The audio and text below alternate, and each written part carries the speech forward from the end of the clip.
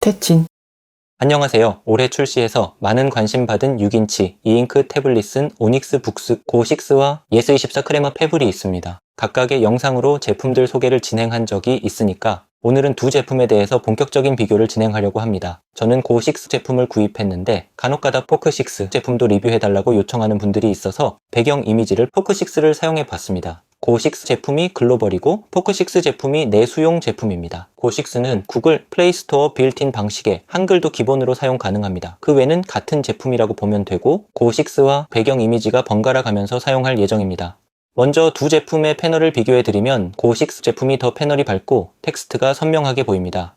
패널만 보면 고6 제품이 더 좋습니다. 글자를 모두 지우고 패널만 비교해 보겠습니다. 이렇게 위치를 바꿔가면서 보여드릴게요. 조명에 따라서 패널의 밝기를 비교해 보세요. 제 눈에는 고6 제품의 패널이 더 밝아 보입니다. 눈으로 보는 걸 백색도 측정기를 이용해서 수치로 보여드릴게요. 백색도를 100으로 정의하고 A4 용지는 83.1 측정됩니다. 고6는 21.6 측정되었고 패블은 20.94 나왔습니다. 외관을 보면 고6는 각진 느낌의 포크 디자인에서 크게 다르지 않습니다. 패블은 둥근 디자인에 위아래 베젤이 더 많아서 전체적인 크기는 패블이 더 큽니다. 후면 디자인은 고육은 무광 코팅 처리가 되어 있어서 지문이 많이 남습니다. 그래서 내가 새 제품을 구입했는지 중고 제품을 구입했는지 구분이 안 갑니다. 반면에 고6는 스마트폰처럼 TF카드가 감춰져 있어서 디자인이 깔끔한데 패블은 외부로 TF카드 슬롯이 오픈된 디자인이라서 먼지 유입도 잘 되고 미관상으로도 보기 좋지는 않습니다. 제품 두께는 고6는 위쪽이 6.6mm, 아래쪽이 6.8mm 측정이 됩니다. 굴곡이 있어서 얇은 곳은 6.5mm 측정되는 곳도 있습니다. 패블 두께는 위쪽이 6.1mm입니다. 아래쪽은 6.6mm 측정이 되고 얇은 곳은 5.5mm 측정되는 곳도 있습니다. 두께만 보면 패블이 더 얇고 굴곡이 더 둥글게 처리되어 있습니다. 제품 무게는 들었을 때 패블이 가볍다는 게 확실히 체감이 되었습니다. 고6는 무게는 147g으로 측정이 되었는데 패블이 제품 무게는 140g입니다. 두 제품 모두 구글 플레이 스토어 빌트인 방식입니다. 저렴하게 포크6 내수용 제품 구입해서 한글화하고 구글 플레이 스토어 설치하는 분들도 있는데 저는 글로벌 버전이 있으면 그 제품 구입하는 걸 추천드립니다.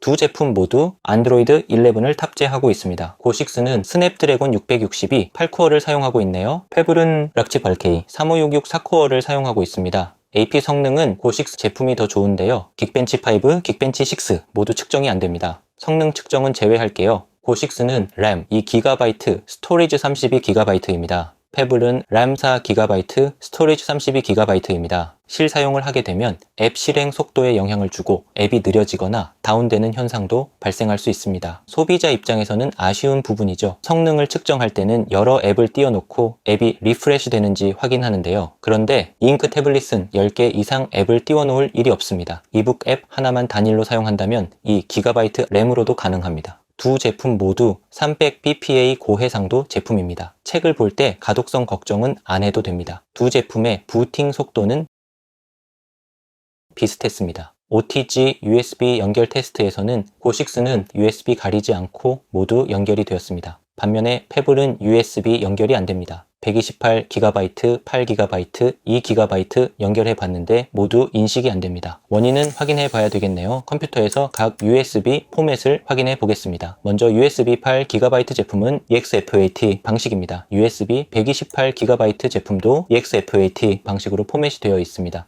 패블은 EXFAT 포맷을 지원하지 않는 것 같습니다. 다른 USB 8GB 제품으로 보여드릴게요. 포맷은 FAT32 방식입니다. 이 USB를 패블에 연결해주면 이제 인식이 됩니다.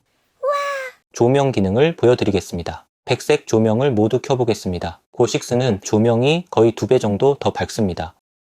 온색 조명도 켜볼게요. 고6는 온색도 과할 정도로 밝은 조명입니다. 패블이 상대적으로 온색을 더 잘 표현해주는 것 같습니다. 고6는 조명을 반으로 줄이면 비슷해지는 것 같습니다. 스마트폰은 야외 사용을 고려해서 1000니트 이하 제품은 안 좋게 보는 시선이 있는데요. 이잉크 태블릿은 야외에서는 조명을 끄고 사용해도 되니까 어두운 환경에서 사용할 최소 조명만 있으면 됩니다. 그래서 조명이 높고 낮음이 제품 단점으로 보이지는 않습니다. 조명이 고르지 않으면 단점이 될 수는 있는데 두 제품 모두 눈에 거슬리지는 않습니다. 사운드는 두 제품 모두 스피커가 없는 제품입니다. 그래서 소리를 들으려면 블루투스 이어폰을 사용해야 됩니다. 두 제품의 속도를 비교해 드리겠습니다. 제품마다 기본으로 탑재된 기본 브라우저로 테스트를 진행하였습니다. 이렇게 스크롤할 때는 두 제품의 속도 차이는 비슷한데 가독성은 고식스 제품이 더 좋은데 페블 제품도 명암 조절로 선명도를 올릴 수 있습니다. 웹 브라우저에 뜨는 속도는 페블 제품이 더 빠릅니다. 고식스는 글자가 먼저 로딩되어서 빨라 보일 것 같지만 실제로 이미지 로딩까지 기다려보면 고식스는 훨씬 느리게 뜨는 것을 볼 수 있습니다. 책을 볼 때 먼저 ES24부터 테스트를 진행하겠습니다. 페블은 ES24 전용 단말기라서 크레마 클럽 들어가면 됩니다. 고식스는 구글 플레이스토어에 설치한 ES24 이북 앱을 사용했습니다. 페이지 뜨는 속도는 잉크 전용 앱이 설치되어 있는 페블이 당연히 빠릅니다. 고식스는 저번 영상에서 언박싱을 진행하고 간단하게 살펴봤습니다. 자세한 리뷰까지는 아니라서 그때는 페이지 넘김 속도만 확인했는데요. 페이지 넘김 속도가 나쁘지는 않았는데 페블과 비교하면 속도 차이가 상당히 많이 생깁니다. 고식스는 가독성 향상을 위한 앱 최적화 기능이 들어가서 음영 표현이 상대적으로 많이 없어진 것도 보입니다. 지금 리갈 모드로 되어 있는데 글씨 전환이 조금 이상한 것 같아서 일반 모드로 두고 상세 테스트를 진행해 봐야 될 것 같습니다. 그러네요. 언박싱 때는 발견을 못했는데 지금 보니까 페이지 넘길 때 이전 글자가 떴다 사라지면서 글자 겹침이 페이지를 넘길 때 거슬립니다. 무슨 의미인지 아시겠죠? 이런 현상이 왜 발생하는 거죠? 이잉크 센터에 들어가면 새로 고침 모드 설정, ON, 스크롤, 새로 고침, OFF, 현재 앱 새로 고침, 20 애니메이션, 필터링 22가 기본값입니다. 새로 고침 모드 설정을 꺼볼게요. 그래도 동일하네요.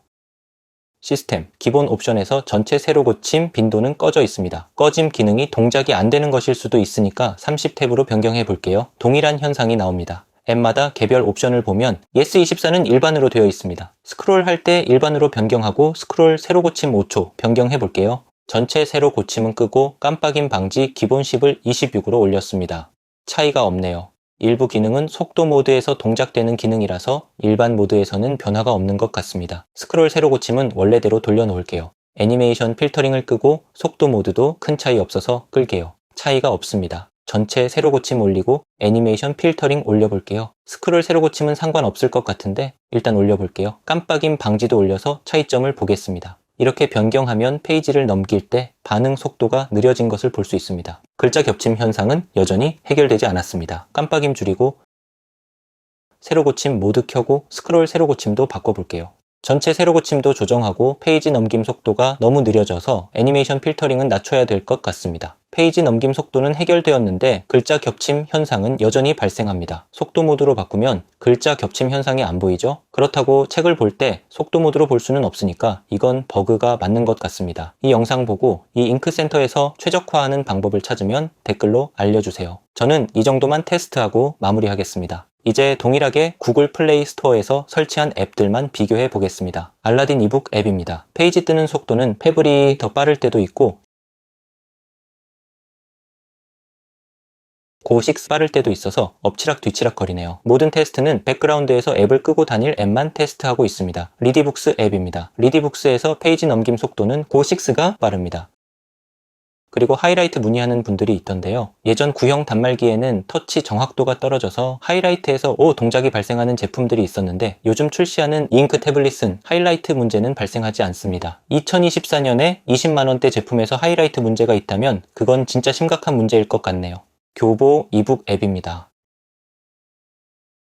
앱 실행 속도는 거의 차이가 없고 둘 다 일반 모드로 되어 있습니다. 만화책을 볼 거라서 슬라이드 넘김 효과는 꺼져 있습니다. 책 열람 속도는 고6가 더 빠릅니다. 혹시 모르니까 다시 처음부터 보여드릴게요. 앱 실행 속도는 두 제품 큰 차이가 없습니다. 책장 이동 속도 차이 없고 책 열람 속도는 고6가 더 빠릅니다. 책장 넘김 속도는 오히려 페블이 더 빠릅니다. 두 제품이 시간차로 페이지가 넘겨지는 것을 볼 수 있습니다. 다음은 밀리의 서재 앱입니다. 밀리의 서재는 그 사이에 앱이 또 업데이트가 되었네요. 이 회사는 앱이 업데이트 될 때마다 불안합니다. 업데이트 완료했고요. 앱을 열어보겠습니다.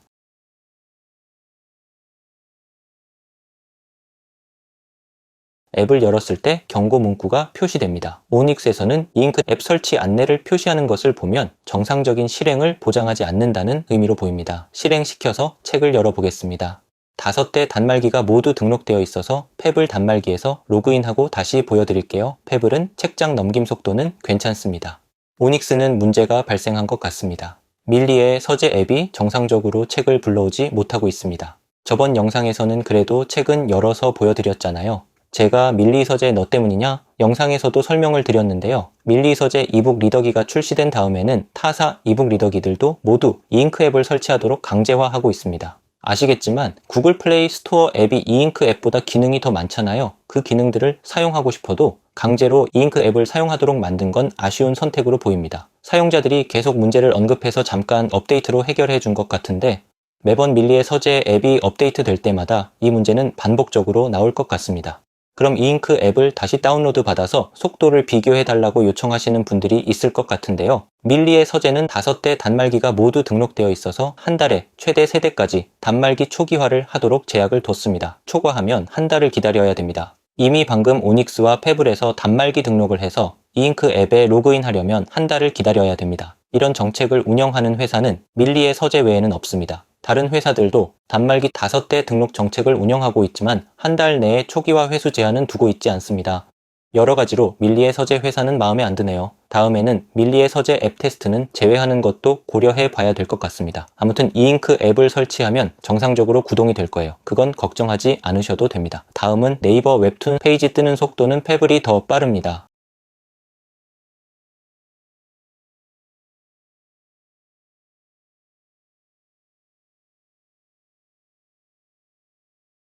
책 뜨는 속도도 페블이 빠릅니다.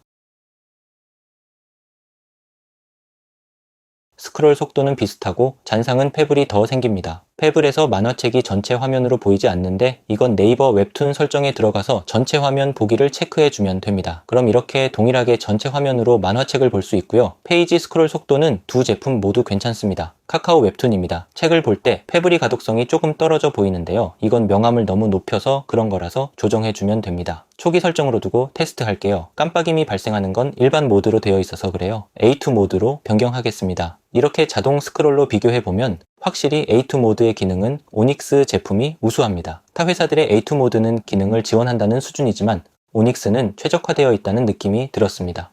여기에 BSAR 기술까지 들어간 고급 버전에서는 A2 모드에 속도까지 더해져서 쾌적하게 사용이 가능하다는 말이 나오는 거죠. A2 모드에서 오닉스와 대적할 회사는 빅미 회사가 있긴 한데 크레마 페블은 그 정도 수준까지 기술을 발전시키지는 못했습니다. 페블만의 장점은 예스24 전용 단말기라서 책 표지 기능을 사용할 수 있습니다. 그래서 한 권의 책을 들고 다니는 느낌을 받을 수 있습니다. 고식스 제품도 투명 배경을 이용해서 보고 있는 화면을 그대로 슬림 화면으로 변경할 수 있습니다. 그러나 이 기능은 DRM이 걸려있는 예스24 앱에서 사용하면 이렇게 하얀 화면으로 표시되어서 정상적으로 사용할 수 없습니다. 예스24 앱을 주력으로 사용하는 분들은 책 표지 기능 외에도 속도나 향후, 최적화를 고려해서 페블을 구입하면 될 것 같고요. 그 외 서점을 이용하는 분들은 단연간의 이잉크 태블릿의 노하우를 갖추고 있는 고6 제품을 구입하는 것이 좋을 것 같습니다. 다음은 비디오 재생 테스트를 진행해 보겠습니다. 페블은 A2 모드로 변경을 했습니다. 고6는 비디오 재생 전용 X 모드가 있지만 버그가 있어서 A2 모드로 보여드리겠습니다. 이렇게 재생해서 보여드리면 고6가 더 선명하게 표시되지만 안부 표현이 과하여서 컨트라스트 조절이 필요해 보이고요. 페블은 반대로 선명도가 많이 부족해서 영상 시청에는 적합해 보이지 않습니다. 이제 마지막 배터리 테스트를 진행해 보겠습니다. 고6 배터리는 1500mAh 탑재되어 있고 페블은 1800mAh입니다. 배터리 테스트를 위해서 프론트 라이트는 모두 끄고 와이파이 오프로 진행했습니다. 11월 3일 기준으로 시스템은 최신 버전으로 업데이트하고 테스트를 진행했습니다. 테스트에 사용할 책은 저작권이 만료된 책을 사용했고 각 단말기의 책장 앱에서 책을 열람했습니다. 가독성에서 차이가 발생해서 최대한 비슷하게 글자 폰트를 맞췄습니다. 화면 잔상 제거는 두 제품 모두 15탭으로 되어 있는데 새로 고침 빈도를 안함으로 변경해도 고6는 10탭마다 새로 고침이 발생했습니다.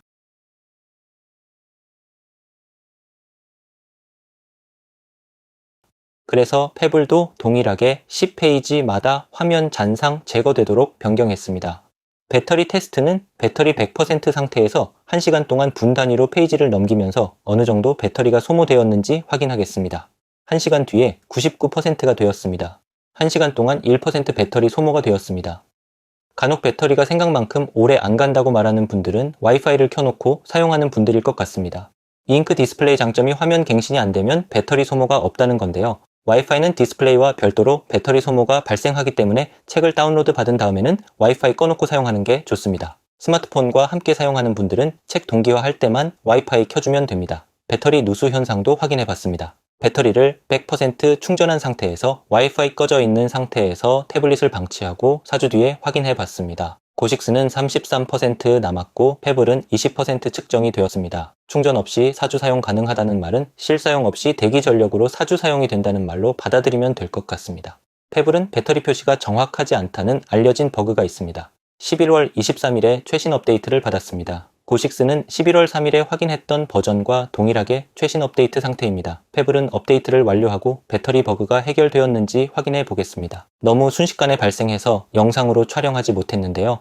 와이파이 꺼져 있었고 배터리 20% 남은 상태에서 순식간에 배터리 0%로 바뀌면서 이렇게 전원이 꺼졌습니다. 최신 펌웨어로도 아직 배터리 표시 버그가 해결이 안 된 것으로 보입니다. 이건 다음 펌웨어에서는 개선해 줬으면 좋겠습니다. 영상 재밌게 보셨나요? 중간에 끊지 않고 여기까지 영상을 보셨다면 실구독자라고 생각하고 제 생각을 정리해 보려고 합니다. 고식스가 북스8마 제품과 동일 AP를 사용하고 있는데 성능이 아쉽다고 언급한 적이 있습니다. 그래서 8마와 동일하게 램 6기가의 BSR 기술을 탑재한 제품을 출시하면 좋겠다고 말한 적이 있습니다. 20만원대 고식스와 40만원대 8마를 비교하려는 게 아니라 20만원대 저가 버전은 그대로 유지하고 고식스 프로나 탭6를 출시해서 6인치 사이즈에도 고성능 제품을 출시하면 좋겠다는 의견을 드린 거였습니다.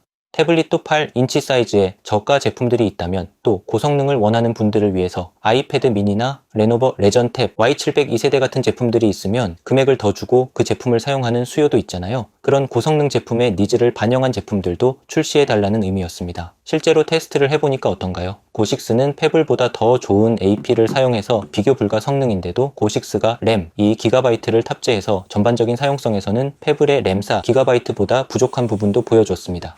그래서 고성능 제품을 별도로 만들 필요성은 있다고 봅니다. 또 하나 말씀드리고 싶은 부분은 저를 크레마 친화적 인플루언서라고 말한 분들도 있던데요. 저는 현재 국내에 출시한 모든 이잉크 회사들의 협찬을 모두 받았습니다. 그러니까 특정 회사만 더 좋게 포장하거나 그러지 않습니다. 원래는 협찬받은 모든 회사들을 좋게 포장해서 영상을 만들어야 되는 게 맞지만 궁극적으로 여러분과 제가 사용하는 제품들의 성능이 더 좋은 제품이 되었으면 좋겠다는 마음에서 개선이 필요한 부분을 언급하는 겁니다. 오늘 영상도 흥미롭게 보셨다면 좋아요 버튼만 눌러주세요. 영상 제작에 큰 힘이 됩니다. 다음에 또 봐요.